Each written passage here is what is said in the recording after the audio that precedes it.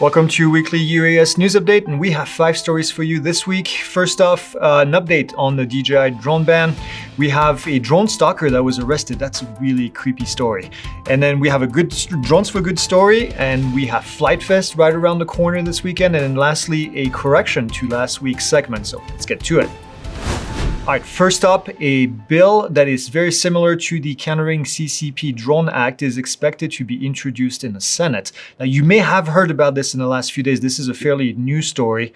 It's been reported that Jon Tester, a Democrat senator from Montana, will be the one introducing the bill and would involve adding DJI to the FCC covered list. Now, of course, if you remember all the stories we've been talking about the last couple of weeks, this is very similar to Stefanik's proposal that is on the House side. Now, the items covered in the list, in that covered list, cannot be imported or used in the United States. This includes prohibiting FCC approval for any future DJI equipment. I added future to make it clear that this would not necessarily brick your current drone.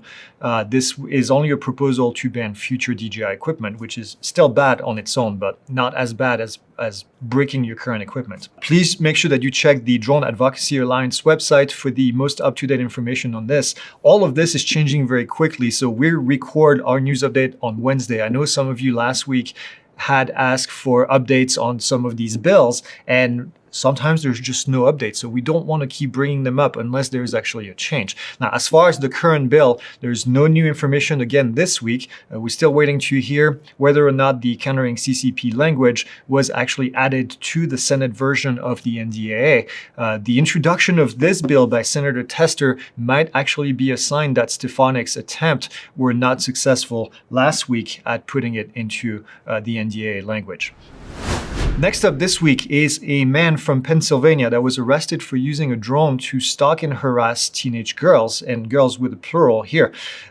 Canonsburg police received a few complaints about drones, but things took a turn after the suspect apparently interacted with a 13-year-old girl. Now, during the investigation, the police learned that the 44-year-old Michael Brackman had allegedly used his drone to follow a 13-year-old girl 80 to 90 times. Nearly basically any time that she went outside. The police also discovered 5 additional cases involving children. Police then arrested Brackman, who is currently held on a $10,000 bond. So we'll keep you updated if we see more, but please, please, please don't be that guy. Third up is a story from last month that just became public.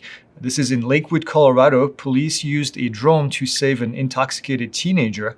Police were called after a group of teenagers reported a friend that had been wandering off and that he was very intoxicated. A drone operator using a thermal camera was dispatched to the call and found the teen that was lying in a small bush. Upon reaching the scene, the teen was not breathing and CPR was successfully performed. So great job from the Lakewood Police Department for saving this person. Hopefully they learn a bit of a lesson here. Next up is Flite Fest. That's happening right now. As you are watching this, if you're unfamiliar with Flite Fest, it's an RC airplane meetup that has been going on for several years now. They're celebrating their 10-year anniversary this year. It includes building foam airplane, testing them, flying them. It's a ton of fun. The event is held in Malvern, Ohio, and goes throughout the weekend. So if you're in the area, please go and visit them. They're a great team of folks at Flite Fest, and we're sad that we couldn't make it this year. We have a lot on our plate at the end of this year, unfortunately, with the new building and a bunch of other things. But we will be back at Flite Fest next year and be excited to see the whole team again. So congratulations to all of them for 10 years. It's a big accomplishment, but please, if you're in the area, go hang out. It's a ton of fun over the weekend. And then lastly, I wanted to do a correction to a story that we talked about last week regarding the lawsuit between the Michigan Coalition of Drone Operators and the University of Michigan. We make mistakes from time to time, and I think in this case, it's important to make a correction. The lawsuit against the University of Michigan is not actually about airspace or FAA jurisdiction, as we reported last week.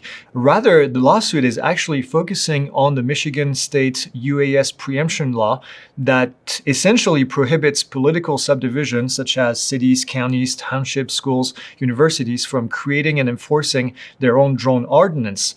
And It's important because a lot of states, a few states in the United States have such restrictions, such preemptions. Arizona is also one of them. So the Michigan Coalition of Drone Operators has previously sued Genesee County and then also Ottawa County and won at every court, including the Michigan Court of Appeals, to create that statewide precedent.